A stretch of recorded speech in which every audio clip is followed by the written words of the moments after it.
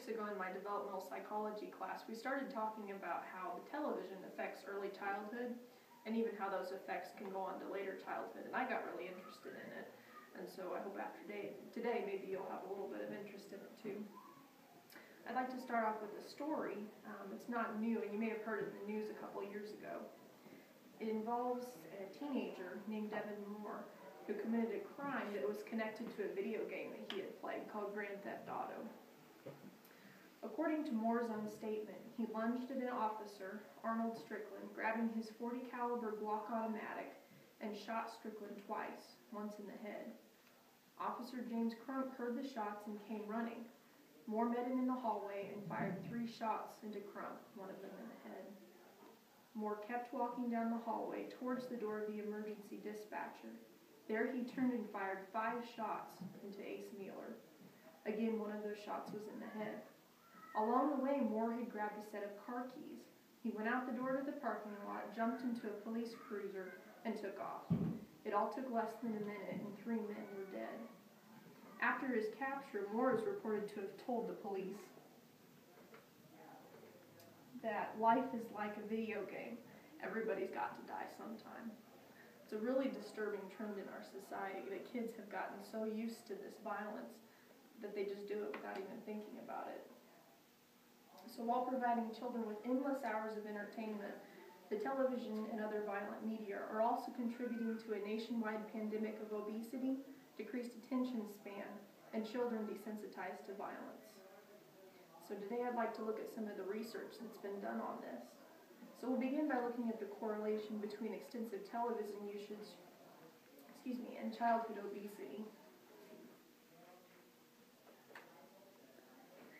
The alarming increase in the number of obese and overweight children is no secret. It seems like there's a lot of new news stories on this, and everybody's trying to figure out why. According to the Centers for Disease Control and Prevention, the prevalence of obesity has more than doubled among children ages 2 to 5 and ages 6 to 11. It's more than tripled in teens ages 12 to 19. Additionally, children ages 8 to 18 are spending an average of 44.5 hours per week in front of computer screens and television sets. That's like a full-time job.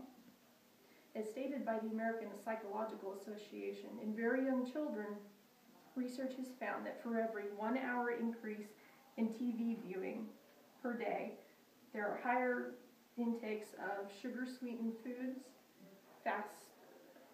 sugar-sweetened beverages, fast food, red and processed meat, and overall calories. Children who watch greater than 3 hours of television per day are 50% more likely to be obese than children who watch 2 hours or less.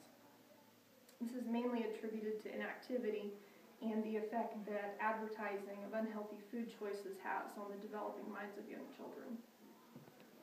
So now that we've taken a look at some of the physical effects of television on children, we'll talk about the effect on a child's intellect and attention span.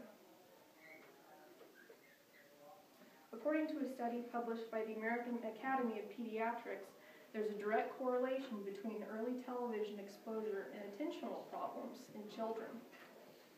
The study found that an average of 2.2 hours of watching television at age 1 resulted in a 28% increase in the likelihood of attention span problems at age 7. Other findings suggested that television usage lowers the amount of reading and levels of concentration at later ages, and that's reported by children themselves.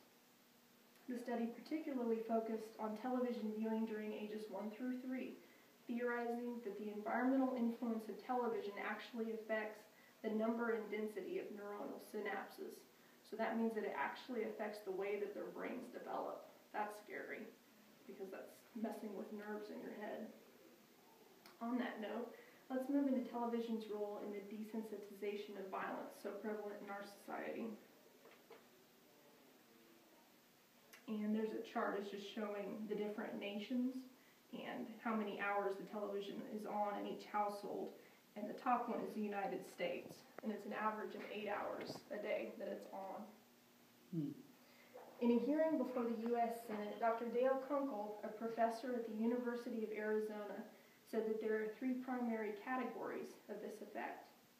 Children learn aggressive attitudes and behaviors from television. His report said, turn on a television set and pick a channel at random, and odds are 50-50, better than 50-50, that the program you encounter will contain violent material.